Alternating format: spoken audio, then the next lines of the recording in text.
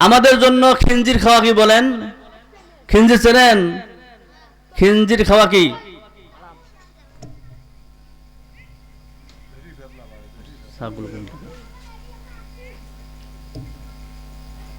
এই আওয়াজ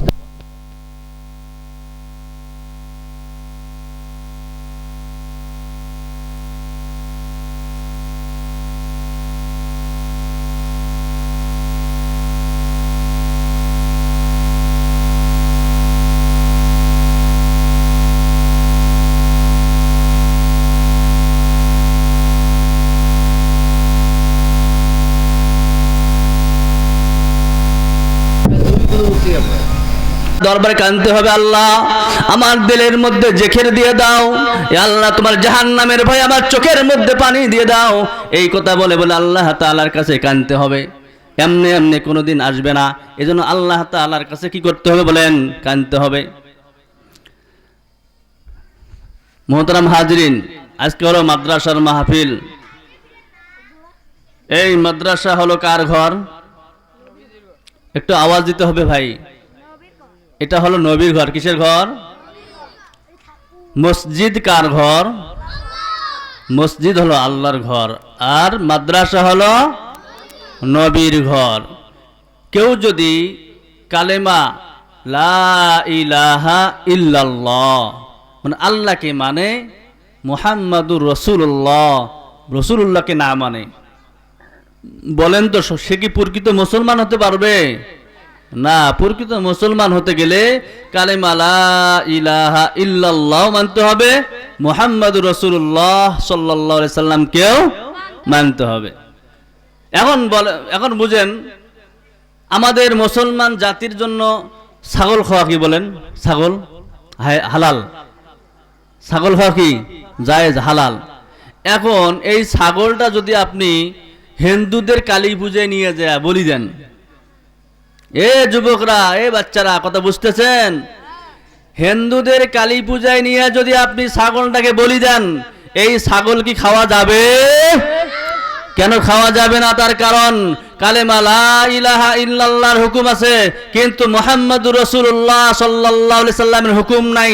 এই জন্য ছাগল খাওয়া যাবে না। আমাদের জন্য খিঞ্জির খাওয়া কি বলেন? খিঞ্জির চেনেন? খিঞ্জির খাওয়া কি?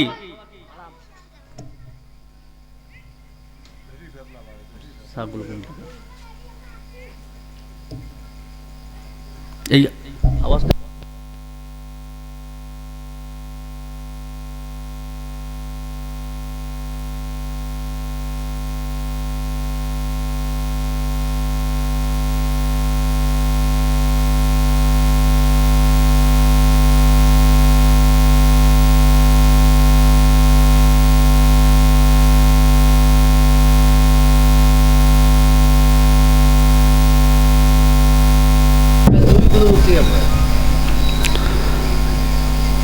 আমাদের জন্য খিঞ্জির খাওয়া কি বলেন?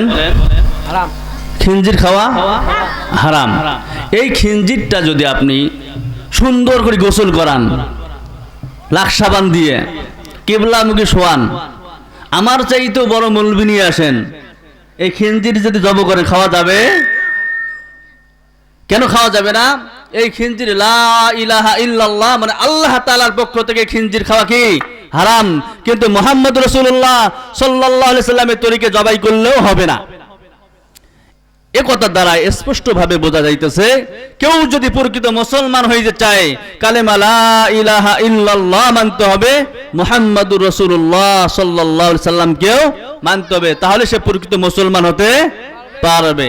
আল্লাহ তাআলা আমাদের সবাইকে প্রকৃত মুসলমান হওয়ার তৌফিক দান করেন। সবাই বলে আল্লাহুম্মা আমিন। যাকে সৃষ্টি না করলে আসমান জমিন কোনো কিছু সৃষ্টি হতো না, তার নাম কি বলতে পারবেন? মুহাম্মাদুর রাসূলুল্লাহ। এই নবীর উম্মত হওয়ার জন্য, এই নবীর উম্মত হওয়ার জন্য আগেরকার নবীরা পর্যন্ত আল্লাহ তাআলার কাছে দরখাস্ত করেছিলেন, হে রব্বি করিম, মুহাম্মাদুর রাসূলুল্লাহ সাল্লাল্লাহু আলাইহি সাল্লামের উম্মত হিসেবে আমাদেরকে কবুল করানো হোক। বলে আল্লাহ তাআলার কাছে আমরা দরখাস্ত করি নাই, আল্লাহ তাআলার কাছে আমি চাই নাই, আল্লাহ তাআলার কাছে আমরা কোনো কান্নাকাটি করি নাই। মেহেরবানি করে আল্লাহ তাআলা আখিরি জামানার নবী মুহাম্মদ রাসূলুল্লাহ সাল্লাল্লাহু আলাইহি সাল্লামের উম্মত হিসেবে আমাদেরকে কবুল করেছেন। এজন্য আমরা সবাই আবার শুকরিয়া আদায় করি আলহামদুলিল্লাহ। ঈসা পয়গম্বর, ঈসা আলাইহিস সালাতু ওয়াস সালামের জামানায় একজন ইহুদি পাদ্রী ছিল, পণ্ডিত ছিল। সে পাদ্রী দেখতেছে ঈসা পয়গম্বর, ঈসা আলাইহিস সালাতু ওয়াস সালামের কিতাবের মধ্যে জায়গায় জায়গায় সুন্দর করে লেখা আছে মুহাম্মদুর রাসূলুল্লাহ সাল্লাল্লাহু আলাইহি সাল্লাম। এই পাদ্রীর মাথা ঘুরে গেছে। আমাদের নবীর কিতাব, আমাদের নবী, আমাদের লিডারের কিতাব, ঈসা পয়গম্বরের কিতাবের মধ্যে একটা নাম দেখতেছে, এই নামটা তার সহ্য হইতেছে না, এই নামটা সে এরকম মানিয়ে নিতে পারতেছে না। এই পাদ্রী বসে দেখতেছে ঈসা পয়গম্বর কিতাবের মধ্যে মাঝে মাঝে একটা লেখা আছে মুহাম্মাদুর রাসূলুল্লাহ সাল্লাল্লাহু আলাইহি সাল্লাম লেখা আছে। এই পাদ্রী কি করলেন? এ বন্ধুগণ, কান খুলে শুনেন, যারা বাহিরে আছেন তারাও শুনেন, ভিতরে আছেন তারাও শুনেন।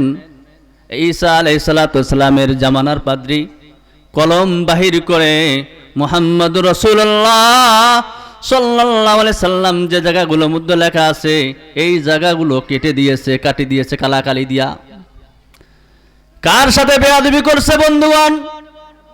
কোন মানুষের সাথে বেয়াদবি করে নাই, কোন মানুষের সাথে অন্যায় করে নাই, শুধু একটা নাম শুধু কেটে দিয়েছিল মুহাম্মাদুর রাসূলুল্লাহ সাল্লাল্লাহু আলাইহি সাল্লাম, এই নামটা কেটে দিয়েছে। আল্লাহ তাআলা আসমান থেকে সহ্য করতে পারে নাই। আল্লাহ রাব্বুল আলামিন সঙ্গে সঙ্গে ওই পাদ্রীকে গুইসাপ বানিয়ে দিয়েছে। গুইসাপ, বিশাল একটা গুইসাপ হয়েছে মানুষ। এখন চিন্তায় পড়ে গেল, আমি যদি বিছানার মধ্যে থাকি, সকালবেলা আমার বিবি, স্ত্রী, বিবিরা, আমার ছেলে পেলেরা আমাকে ধরে মারি ফেলবে। এই জন্য ওই পাদ্রী কি করলো, সঙ্গে সঙ্গে রাত্রে এরকম ঘরের ফাঁক দিয়ে সে বাহির হয়ে চলে গেল। চলে যাওয়ার পরে ঈসা আলাইহিস সালাতু ওয়াস সালামের বাড়িতে গেলেন। ঈসা পয়গম্বরকে ডাক দিয়ে বলেন, নবী, আমি বড় এক অন্যায় করে ফেলেছি, আমি বড় ভুল করে ফেলেছি। কি এমন ভুল করেছে বলো? ওই পাদ্রী ডাক দিয়ে বলেন, আমার নবী ঈসা পয়গম্বর, আপনার কিতাবের মধ্যে আপনার শুধু নাম থাকবে, কিন্তু তা নয়, মাঝে মাঝে দেখলাম একটা নাম দেখলাম মুহাম্মদুর রাসূলুল্লাহ সাল্লাল্লাহু আলাইহি সাল্লাম। আমি এই নামগুলো শুধু কালা কলম দিয়ে কেটে দিয়েছি, যার কারণে আমার এই অবস্থা হয়ে গেছে। ঈসা পয়গম্বরকে ডাক দিয়ে বলে, আল্লাহ নবী, আপনি আল্লাহ তাআলাকে বলেন আমাকে যেন আল্লাহ তাআলা স্বাভাবিক মানুষের মতো মানুষ করে দেয়। ঈসা পয়গম্বর বললেন, এ লিডার, এ পাদ্রী, আমি এ কথা বলতে পারবো না। তুমি এমন কোন মানুষের সাথে বেয়াদবি করো নাই, এমন একজন মানুষের নামের সাথে তুমি বেয়াদবি করেছো। ওই নবীর নাম হলো মুহাম্মদুর রাসূলুল্লাহ সাল্লাল্লাহু আলাইহি সাল্লাম। ওই নবীকে যদি সৃষ্টি না করতো, আসমান জমিন কয় কিছু সৃষ্টি হতো না। সেই নবীর নামের সাথে তুমি যেত বেয়াদবি করেছো, আমি আল্লাহ তাআলার কাছে মাপ চাইতে পারবো না। ওই পাদ্রী বলতেছে, ঈসা, যদি তা না পারেন আর একটা কাজ করবেন, আল্লাহ তাআলার কাছে দোয়া করবেন, আল্লাহ যেন যতদিন পর্যন্ত ওই নবী দুনিয়ার মধ্যে আসে নাই ততদিন পর্যন্ত যাতে আমার হায়াতকে বৃদ্ধি করে দেয়। ঈসা আলাইহিস সালাতু ওয়াস সালাম বললেন, ঠিক আছে, আমি এটা করতে পারবো। ঈসা আলাইহিস সালাতু ওয়াস সালাম দোয়া করে দিয়েছেন, এই গুইসাবের হায়াত আল্লাহ তাআলা বৃদ্ধি করে দিয়েছেন। হাজার হাজার বছর পাড়ি দিয়ে, হাজার হাজার মাইল পাড়ি দিয়ে মদিনা, মক্কা মদিনায় চলে আসছে। নবীজি এরকম নবীজি নবুয়ত পেয়ে গেছে। হঠাৎ করে নবীর দেখা করার জন্য যাবে ওই গুইসাপ। যখন গুইসাপ নবী দেখা করার জন্য যাবে, আবু জেহেলের বাড়ির পাশ দিয়া, আবু জেহেলের বাড়ির সামন দিয়ে যখন নবীর দেখা করার জন্য যাবে, এমন তো অবস্থা, আবু জেহেল বিশাল একটা গুইসাপ দেখার পরে ওই গুইসাপটাকে কি করছে, ডাঙে মারি ফেলাইছে। মারি ফেলে শুধু শেষ করে নাই, ওই গুইসাপটাকে কি করছে, পুরি ছাই করছে। ছাই করিও শুধু শেষ করে নাই, ওই ছাইগুলা কি করছে, একটা প্যাকেটের মধ্যে বন্দি করছে। আবু জেহেল্লা মুহাম্মদ রাসূলুল্লাহ সাল্লাল্লাহু আলাইহি সাল্লামের কাছে গেছেন। হে ভাতিজা নবী, তুমি দাবি করো, বলো তো এ ভাতিজা আমার ব্যাগের মধ্যে কি আছে? আল্লাহ রাসূল সাল্লাল্লাহু আলাইহি সাল্লাম বললেন, চাচা যান, আমি বলবো না, ব্যাগের মধ্যে যে জিনিসটা আছে সেই জিনিসটা উত্তর দিবে। বলেন সুবহানাল্লাহ। আবু জাহেল বল, ব্যাগের মধ্যে যে জিনিসটা আছে সেইটা যদি উত্তর দেয় খুব ভালো হয়। আল্লাহ রাসূল সাল্লাল্লাহু আলাইহি সাল্লাম ব্যাগকে লক্ষ্য করে বললেন, এই ব্যাগের ভিতরে যে জিনিসটা আছে বলো তো তুমি কে? আল্লাহ তাআলার পক্ষ থেকে ওই গুইসাবের ছাইয়ের ভিতর থেকে আওয়াজ আসছে, আশহাদু আল্লা ইলাহা ইল্লাল্লাহু ওয়া আশহাদু আন্না মুহাম্মাদান আবদুহু ওয়া রাসূলুহু। ওই গুইসাবের ছাইয়ের ভিতর থেকে আল্লাহ তাআলার পক্ষ থেকে আওয়াজ পৌঁছে গেছে, আপনি সঠিক নবী, আপনি হলেন মুহাম্মদুর রাসূলুল্লাহ সাল্লাল্লাহু আলাইহি সাল্লাম, আপনি নবী। বন্ধুগণ আমার, এই ঘটনা বলার উদ্দেশ্য হলো একটাই, যে নবীর সাথে বেয়াদবি করে নাই, নবীর সাথে কোনো অন্যায় করে নাই, শুধু একটা বেয়াদবি করেছে, নবীর নামটুকু শুধু কালা কলম দিয়ে কেটে দিয়েছে। এতটুকু বেয়াদবি করার কারণে ওই মানুষকে, ওই পণ্ডিতকে আল্লাহ তাআলা গুইয়ের সাথে রূপান্তরিত করেছেন। ঠিক না ঠিক বলেন? সেই নবীর উম্মত আমরা হইতে পারছি ভাই, আমাদের মর্যাদা, আমাদের কদর, আমাদের সম্মান জানা নাই, যার কারণে আজকে উম্মত আমরা যেখানে সেখানে ব্যবহার হইতেছি।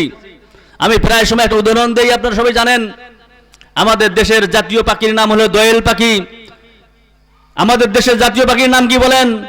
আমাদের দেশের জাতীয় পাখির নাম হলো দোয়েল পাখি। এই দোয়েল পাখি যে দেশের জাতীয় পাখি, সে কিন্তু কোনোদিন জানে না আমি দেশের জাতীয় পাখি। এই দোয়েল পাখি যদি জানতো আমি দেশের জাতীয় পাখি, তাহলে কখনো এই দোয়েল পাখি ডাস্টবিনের মধ্যে নোংরা খাইতো না। ঠিক না বেঠিক বলেন?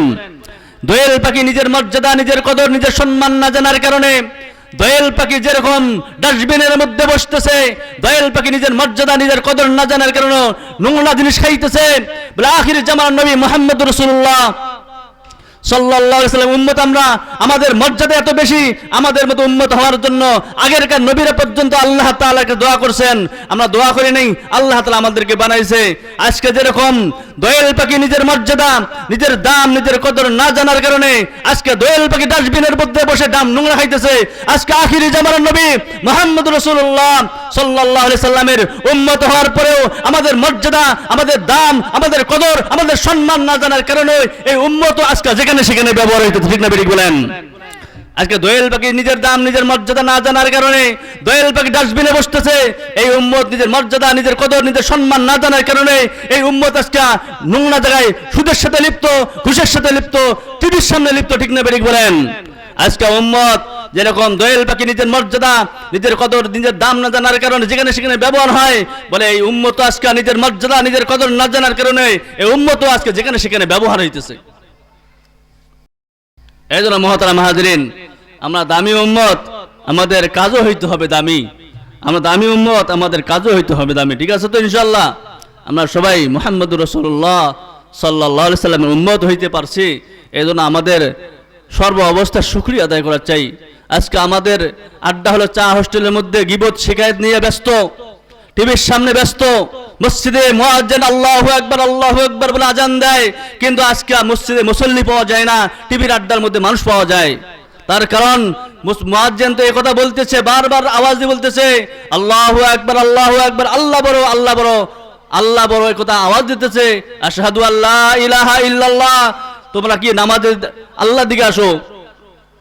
হাইয়া আলাস সালাহ, হাইয়া আলাস সালাহ, কি নামাজের দিকে আসো, নামাজের দিকে আসো বলতেছে। হাইয়া আলাল ফালাহ, হাইয়া আলাল ফালাহ, কল্যাণের দিকে আসো, কল্যাণের দিকে আসো। মুয়াজ্জিন বারবার আমাদেরকে এরকম ডাকতেছে, কিন্তু আমরা কি করতেছি? কর্ণপাত করতেছি না। এজন্য আল্লাহ তাআলা বড় কুদরতওয়ালা, যে আল্লাহ তাআলা আমাদেরকে সৃষ্টি করেছেন, সে আল্লাহ তাআলার হুকুম মানা, মুহাম্মদুর রাসূলুল্লাহ সাল্লাল্লাহু আলাইহি সাল্লামের তরিকে চলা কি করতে হবে? চেষ্টা করতে হবে। আজকে দুনিয়ার সম্পদ যদি আমাদের হাত থেকে চলে যায়, দুনিয়ার সম্পদ যদি আমাদের থেকে ছুটে যায়, আমরা সবাই পরেশান হয়ে যাই। আমার আজকে টাকাটা নষ্ট হয়ে গেল। আজকে দুনিয়ার সম্পদ নষ্ট যাওয়ার কারণে আপনার মনের মধ্যে কষ্ট হয়, ব্যথা হয়। বলে আল্লাহ তাআলার হুকুম আমার থেকে কত ছুটে যাইতেছে, বলে আমার কোনো দিলের মধ্যে ব্যথা আসে না। এই জন্য ভাই, আল্লাহ তাআলার ব্যথা, আল্লাহ তাআলার হুকুম ছুটে গেলে ব্যথা যাতে আমাদের ভিতরে আসে, এই জন্য একটু কি করতে হবে, ফিকির করতে হবে। আজকে এই মাদ্রাসার মাহফিল আওয়াজ সব জায়গায় যাইতেছে, অনেকে মনে করতেছে আমরা বাড়ির থেকে তো আওয়াজ শুনতেছি, আচ্ছা বাড়ির থেকে মাহফিল শুনবো। বলে না, আজকে তো বাড়ির বিছানাকে হারাম করতে হবে, আরামের বিছানাকে হারাম করতে হবে। ওলামায়ে কেরাম কথা বলবে, কোরআনের কথা বলবে, হাদিসের কথা বলবে, আমরা মনোযোগ সহকারে শুনতে থাকবো। এর দ্বারা কি হবে, আমার দিলের মধ্যে ছাপ পড়বে, পড়ার কারণে আমলের জজবা আসবে, আমল করা আমাদের জন্য সহজ হয়ে যাবে। এই জন্য সবাই একটু জিকির করি, লা ইলাহা। নামাজ পড়ায়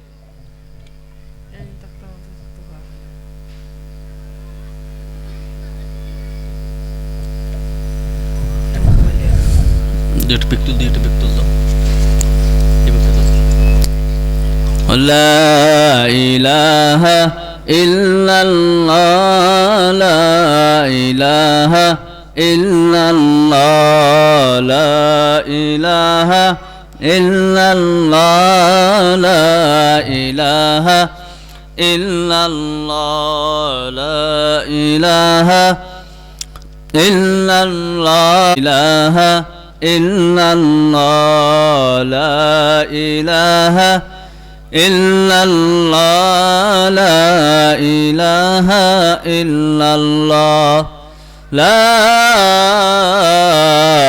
ইলাহা ইল্লাল্লাহু মুহাম্মাদুর রাসূলুল্লাহ। সবাই বলি সাল্লাল্লাহু আলাইহি ওয়াসাল্লাম।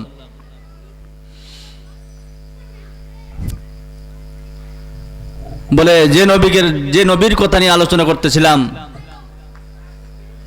এই নবীকে মানুষ কাফেররা মুশরিকরা কতভাবেই নির্যাতন করেছিল, কষ্ট দিয়েছিল, মারপিট করছিল, তবুও মুহাম্মদ রাসূলুল্লাহ সাল্লাল্লাহু আলাইহি সাল্লাম কারো জন্য বদদুয়া করে নাই।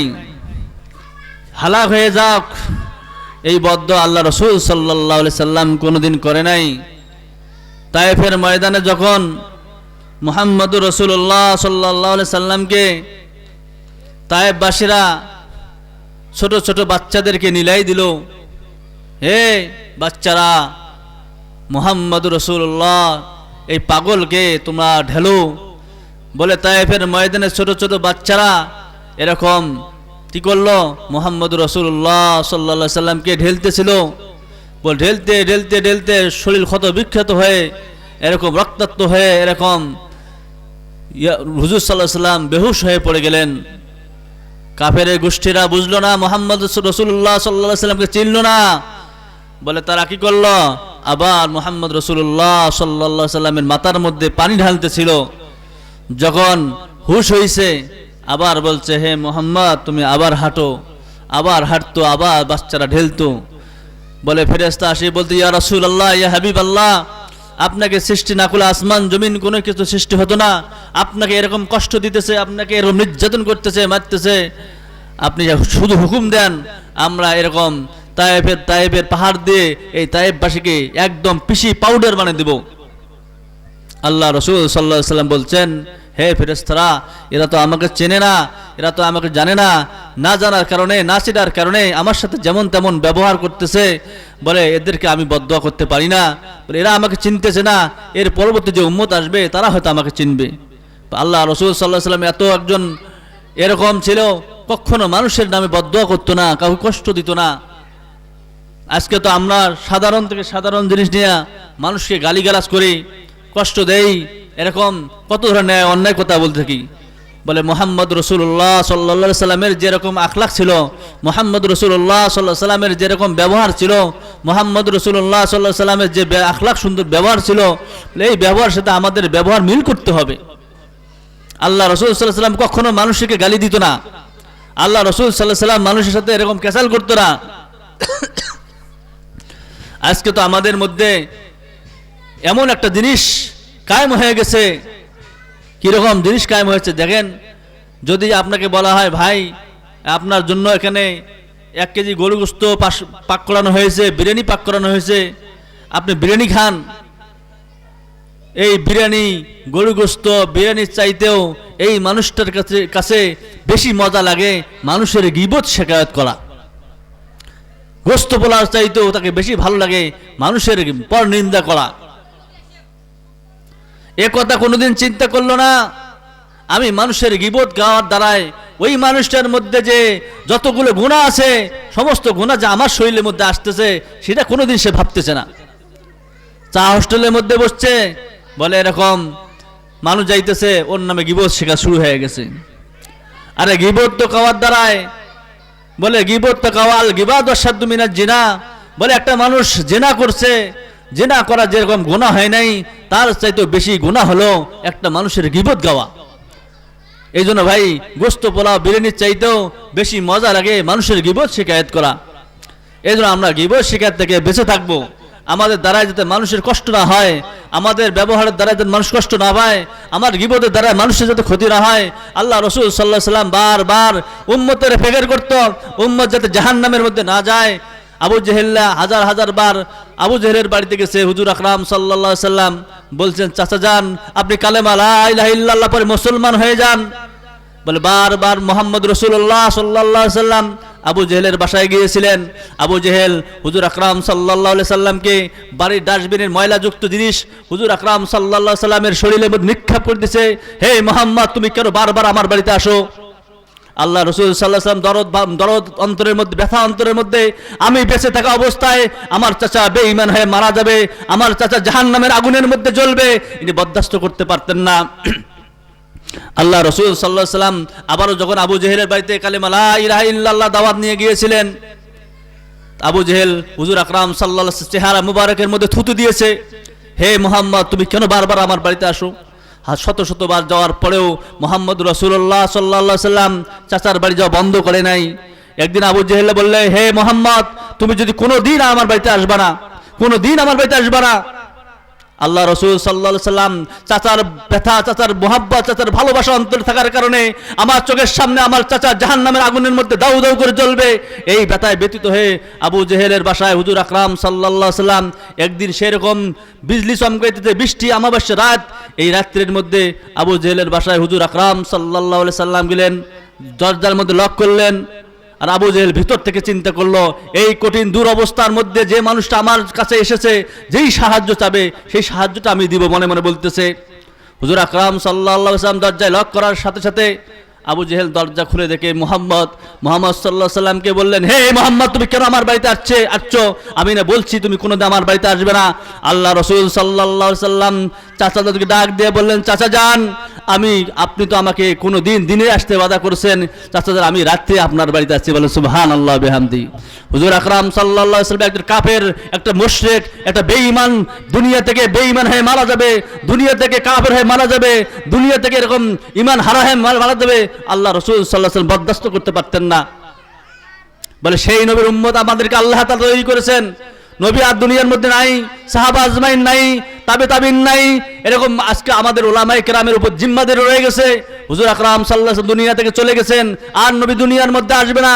ইন্নামাল উলামা ওয়ারাসাতুল আম্বিয়া, কিয়ামত পর্যন্ত উলামায়ে কেরামের জিম্মাদারি হয়ে গেছে এই উম্মতদের, সাধারণ উম্মতদেরকে আল্লাহর দিকে দেখানো। এইজন্য মুহতারাম মুহাজিরিন, বহুত বড় জিনিস আজকে আমরা সব ভুলিয়ে যাচ্ছি। আজকে প্রত্যেকটা মানুষের ভিতরে সুদের সাথে লিপ্ত। কিরকম?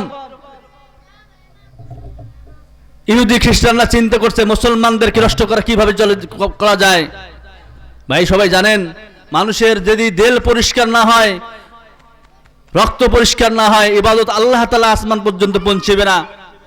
আপনি শরীর পাক করছেন, লাখ সাবান দিয়ে গোসল করছেন, পবিত্রতা অর্জন করছেন, আপনি নামাজের মধ্যে দাঁড়িয়ে গিয়েছেন, কিন্তু মুহতারাম মুহাজিরিন, আপনার শরীরের মধ্যে যে রক্ত আছে, রক্তটা নাপাক।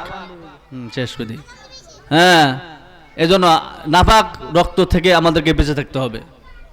আজান হচ্ছে, আজানের পরে ইনশাল্লাহ কত হবে। আল্লাহ সুবহানাহু ওয়া তাআলা আমাদের সবাইকে